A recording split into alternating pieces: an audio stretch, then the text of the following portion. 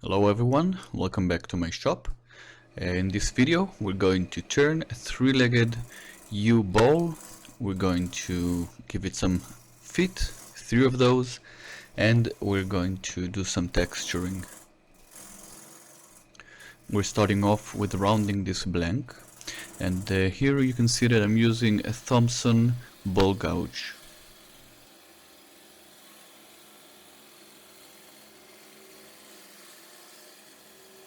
You can see by the shavings how well this ball gouge cuts. It's a real pleasure working with quality tools.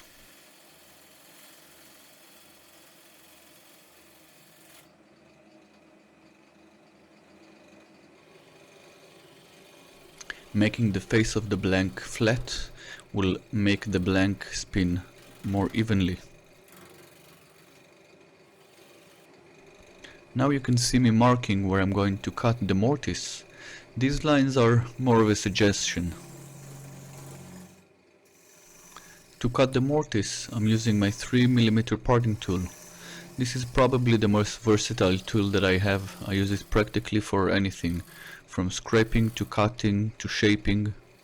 And I'm using the ball gouge again to start on the shape of the ball itself. You can see I'm using a variation of pull cuts and push cuts to get the correct cut.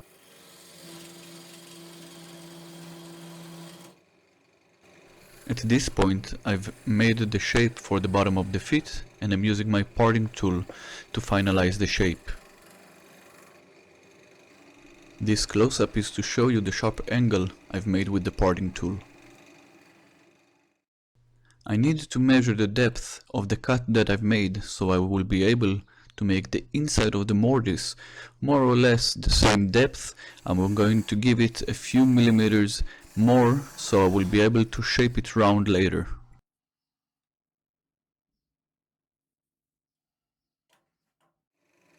Using a skew as a negative rake scraper, I'm using it to round off the bottom of the bowl. Again, using my 3mm parting tool, I'm starting to make the top shape of the legs. You will see those come into shape further in the video.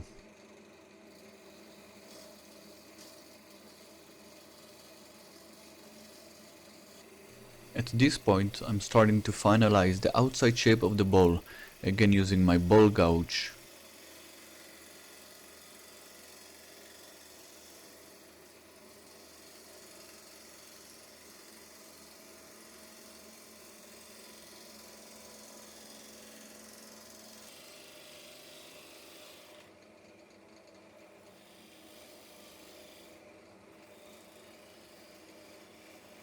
To get into this sharp corner, I'm using the Easy Wood Tools detailing tool.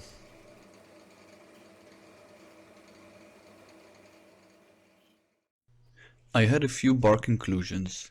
Since I'm going to texture the bowl later, I'm not going to fill in completely these intrusions. I'm just going to fill them up with CA. And using my orbital sander to finish the surface off. Again, since I'm going to texture this later, I'm not going overboard with sanding. I think I sanded this one to about 180 grit.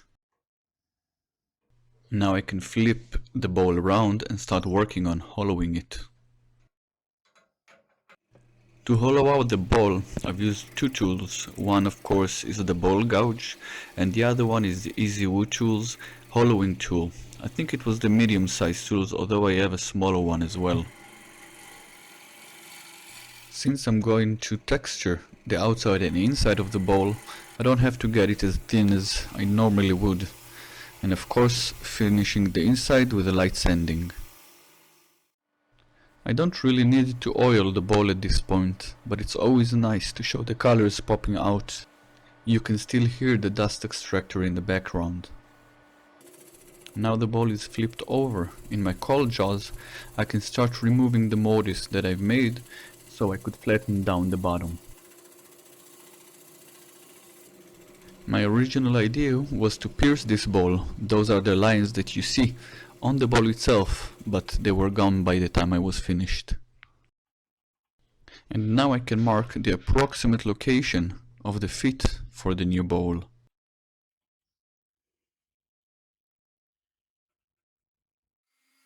The most labor-intensive part of the project is removing all of the wood. You can see I'm using my Dremel with a piercing bit to remove most of the wood from around the feet. Since I know I will be asked later, you can find the link to the bits I'm using in the video description.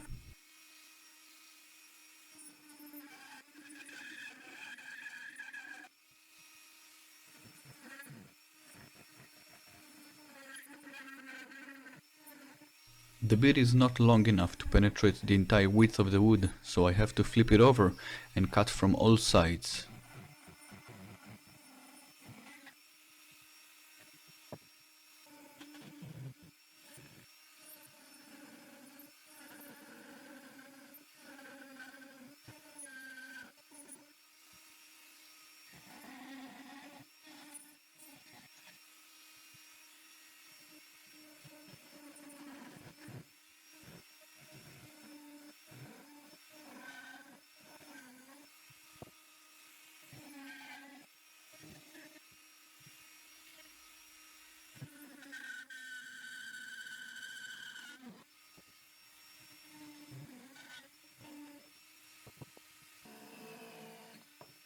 Now you can really start seeing the shape of the feet that I'm aiming for.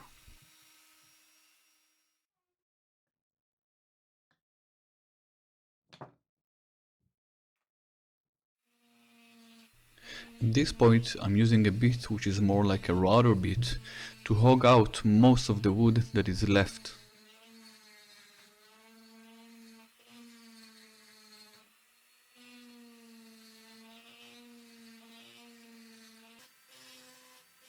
I'm also using the same bit to get the curves more to the point where I want them, but there will still be work on them later on. I'm using the same router bit to remove more and more material around the feet to get them to their final size and width. Although in this video we only see a few seconds of this process, it took me about 2 hours to complete the feet. Changing the position of the ball for your cut to be most efficient according to the grain direction is very important.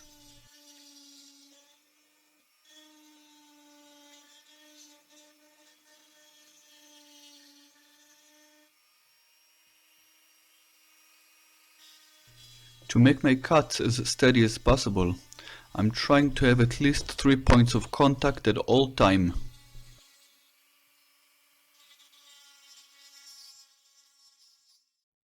Once the general shape of the foot is ready, I can mark the foot where I'm going to pierce it. And using the piercing bit, I'm going to pierce through, making sure on both sides that my hole is centered.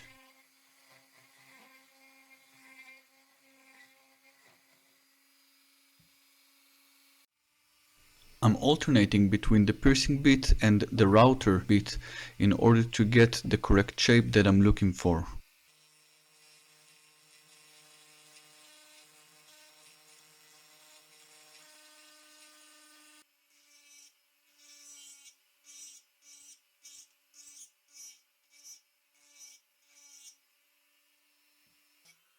And lastly, I'm using a sanding drum to smooth out all the transitions between the different angles and shapes.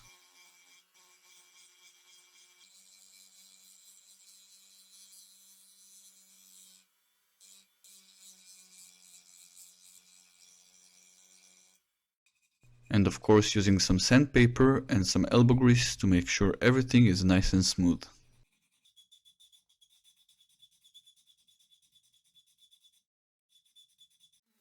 I'm using a sanding pad and 240 grit sandpaper to make sure the transition between the bottom and the walls of the ball are smooth.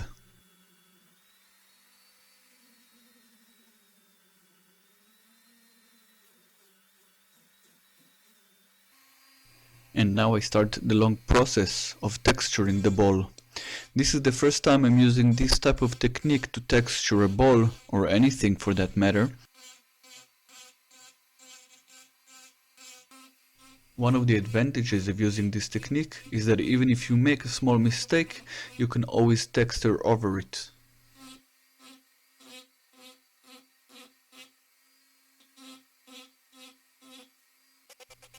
In total it took me about 20-25 minutes maybe to texture the entire bowl inside and out, and it took me an extra 5 minutes to texture the legs or the feet at the end.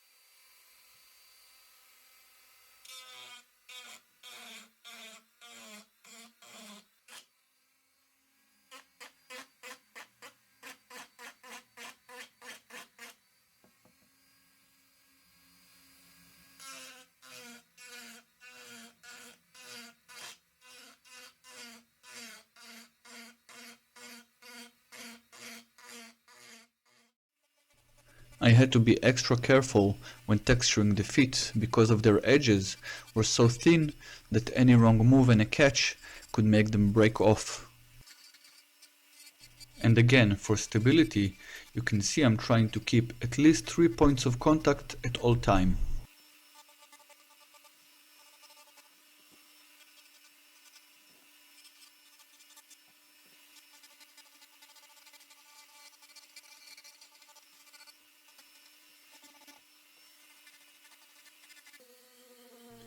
To remove all the burrs and the small pieces of wood between the texture, I'm using a wire wheel, either a brass or a metal one.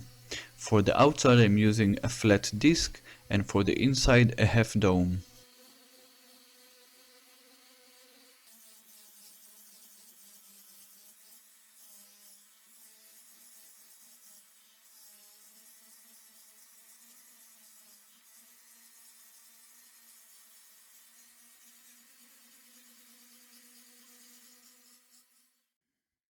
And of course, the bowl won't be complete without a little bit of boiled linseed oil. You can see I'm using a hard brush in order to get the oil in all the nooks and crannies of the textures.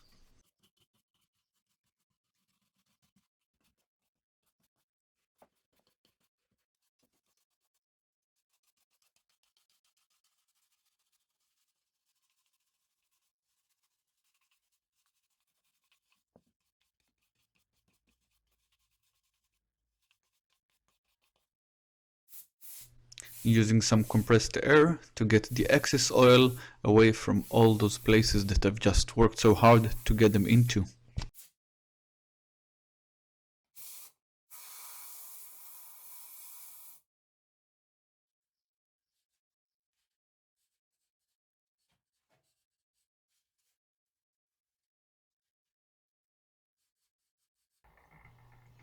I hope you enjoyed watching the process and the video and the new type of commentary that I've decided to add, and I hope to see you back in the next video.